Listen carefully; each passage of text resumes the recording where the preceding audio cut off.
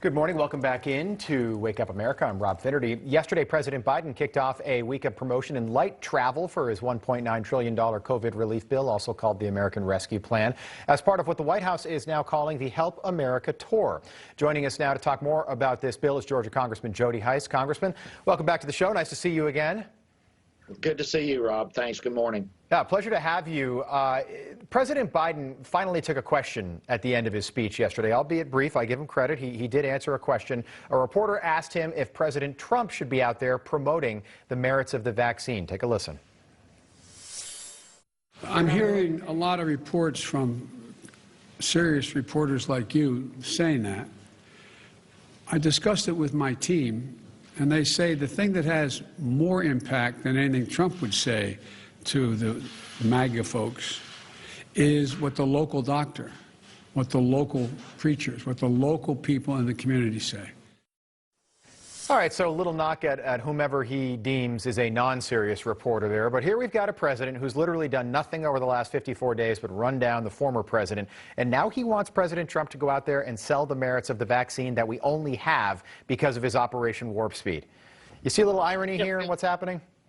Yeah, we only have this vaccine because of Operation Warp Speed and the incredible leadership of Donald Trump. And for Biden and his cronies to be running around somehow beating themselves on the chest, taking credit for it is unethical at best. They are the ones who ought to be giving thanks and gratitude to President Trump and those who labored so intensely over months to get the vaccines out. I wish that President Biden would have mentioned something to, typically an incoming president will give his predecessor some credit. America is vaccinating not just America right now. America is vaccinating the rest of the world because of 3 American-based companies, Moderna, Pfizer, Johnson & Johnson. We've seen the AstraZeneca vaccine have serious problems in countries in Europe. Many are not using it right now. They've suspended use. How important is it for the American people to realize how tremendous Operation Warp Speed was in just a year to get this all done?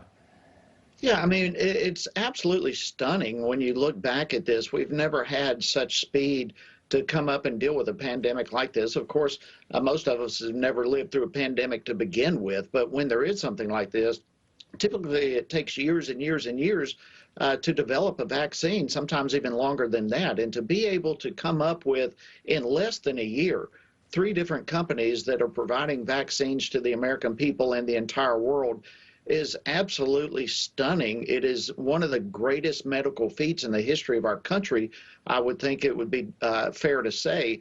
And all the credit goes to Donald Trump for putting the pedal to the metal to get it done for the safety of the American people and beyond. Yeah, it'll ultimately be a major part of his legacy, Congressman. The president said the stimulus package is already doing what it was designed to do. Millions of people did get checks, those $1,400 checks over the weekend. But do you think we'll ever know where the rest of that money is being spent? No, what it's doing, unfortunately, sure, some people are getting $1,400 checks. But what they're not saying is that they're now in debt an additional $5,700 to the American government. This is a further continued step of bankrupting our country. And we already have on the heels of this, Rob, another bill, another so-called stimulus package that's probably going to be in the ballpark of $3 to $5 trillion. Right. We simply do not have the funds to continue down this path. And so it's very frightening, it's disturbing, and I'm hearing it from people in my district just last night at a meeting with a group of folks. They're just deeply concerned with the just undisciplined spending that we are watching here in just a few months of this administration. Yeah, I'm with you here. It's not like it's a minor bill where we're trying to rename a post office or something. It is the largest spending bill and the most progressive bill in U.S. history, and not a single hearing was ever held on what's inside the bill. Here's President Biden yesterday promising people vaccine shots and maybe cash payments. He sounded confused, but I want to get your reaction. Take a listen. We're just days away from 100 million shots and millions in the arms of millions of Americans. That's the way.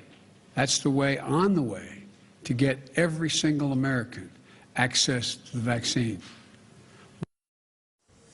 Any idea what the president was trying to get at there? I don't have any more idea of what he was trying to say than he does, to be very honest with you. He unfortunately is just stumbling around. Here's a man who is deeply incapable of being the leader of our country right now. It's a sad state, and who knows where it's going to go from here. The good news is the vaccine is being made available, and he, I believe, was trying to communicate that. Hopefully that is going to be a reality. But the fact of his mental capacity is likewise very, very disturbing as well it should be to our entire nation right now. Well, I think it's affecting his entire administration. Jen Psaki is having difficulty with mixed messaging. We've got a crisis at the border that nobody wants to call a crisis. Nobody in his administration, including the president, will ask that Governor Cuomo resign. We think there might be a double standard there if this were, say, the governor of your state or a governor like Ron DeSantis or somebody who's Republican. I think there would be calls for resignation. I think the court of public opinion has already ruled.